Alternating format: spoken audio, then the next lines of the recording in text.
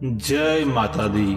आज हम सब मिलकर माँ दुर्गा की पावन मानसिक पूजा का आरंभ कर रहे हैं। यह पूजा केवल मंत्रों और क्रियाओं की नहीं बल्कि हृदय की गहराइयों से की जाने वाली साधना है। जब हम मानसिक पूजा करते हैं तो बाहर की सजावट की नहीं बल्कि भीतर की भक्ति की आवश्यकता होती है। आइए एकाग्र होकर शांत मन से माँ के चरणों में स्वयं को अर्पित करें और इस मानसिक पूजा का शुभारंभ करें। जय माता दी। माता त्रिपुर सुंदरी, तुम भक्तजनों की मनोकामना पूर्ण करने वाली कल्पलता हो। माँ, यह पादुका आदर पूर्वक तुम्हारे श्री चरणों में समर्पित है। इसे ग्रहण करो। यह उत्तम चंदन और कुमकुम से मिली हुई लाल जल की धाराओं से धोई गई है। भांति भांति की बहुमूल्य मणियों तथा मूंगों से इसका निर्माण हुआ है और बहुत सी देवांगनाओं ने अपने कर कमलों द्वारा भक्ति पूर्वक इसे सब ओर से धो पोंछ कर स्वच्छ बना दिया। माँ, देवताओं ने तुम्हारे बैठने के लिए यह दिव्य सिंहासन लाकर रख दिया है। इस पर विराजो। यह वह सिंहासन है जिसकी देवराज इंद्र आदि भी पूजा करते हैं। अपनी कांति से दमकते हुए राशि राशि सुवर्ण से इसका निर्माण किया गया है। यह अपनी मनोहर प्रभा से सदा प्रकाशमान रहता है। इसके सिवा यह चंपा और केतकी की सुगंध से पूर्ण अत्यंत निर्मल तेल और सुगंध युक्त उपटन है जिसे दिव्य युवतियां आदर पूर्वक तुम्हारी सेवाओं में प्रस्तुत कर रही हैं। कृपया इसे स्वीकार करो।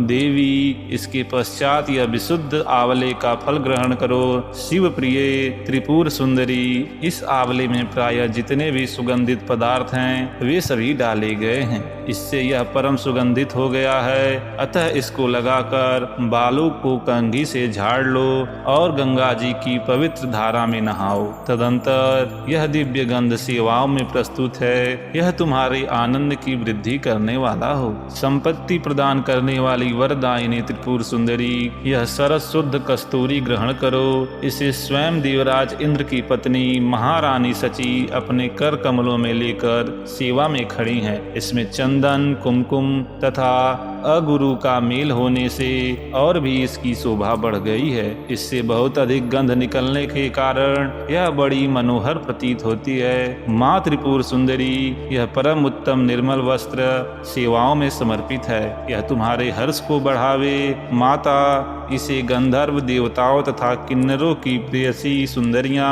अपने फैलाए हुए कर कमलों में धारण किए खड़ी हैं। यह केसर में लगा हुआ पीताम्बर है। इसमें परम प्रकाशमान स्वर्ण मंडल की शोभामयी दिव्य कांति निकल रही है जिसके कारण यह बहुत ही सुशोभित हो रहा है। तुम्हारे दोनों कानों में सोने के बने हुए कुंडल झिलमिलाते रहें। कर कमल की एक अंगुली में अंगूठी शोभा पावे। कटी भाग में नितंबों पर करधनी सुहाए। दोनों चरणों में मुंजीर मुखरित होता रहे। वक्षस्थल में हार सुशोभित हो और दोनों कलाइयों में कंकन खनखनाते रहें। तुम्हारे मस्तक पर रखा हुआ दिव्य मुकुट प्रतिदिन आनंद प्रदान करे।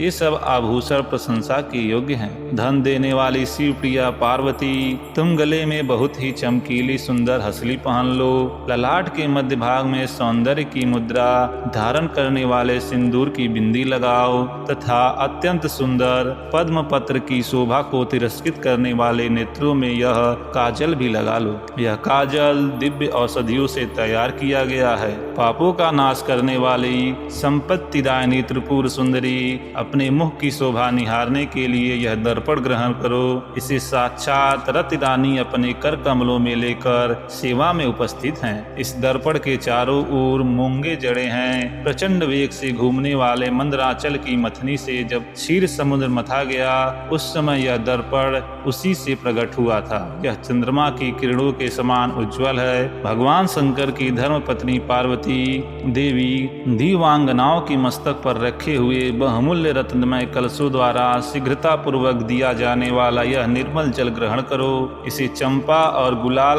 आदि सुगंधित द्रव्यों से सुवासित किया गया है तथा यह कस्तूरी रस, चंदन, अगुरु तथा सुधा की धारा से आप्लावित है। मैं कलहार, उत्पल, नाग केसर, कमल, मालती, मल्लिका, कुमुद, केतकी और लाल कनेर आदि फूलों से सुगंधित पुष्प मालाओं से तथा नाना प्रकार के रसों की धारा से लाल कमल के भीतर निवास करने वाली श्री चंडिका देवी की पूजा करता हूँ। श्री चंडिका देवी देव वधुओं के द्वारा तैयार किया हुआ यह दिव्य धूप तुम्हारी प्रसन्नता बढ़ाने वाला हो। यह धूप रत्नमय पात्र में जो सुगंध का निवास स्थान है रखा हुआ है, यह तुम्हें संतोष प्रदान करे।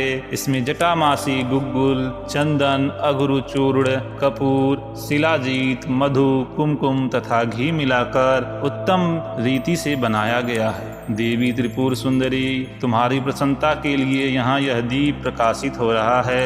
यह घी से जलता है। इसकी दियट में सुंदर रत्न का डंडा लगा है। इसे देवताओं ने बनाया है। यह दीपक स्वर्ण के पात्र में जलाया गया है। इसमें कपूर के साथ बत्ती रखी है।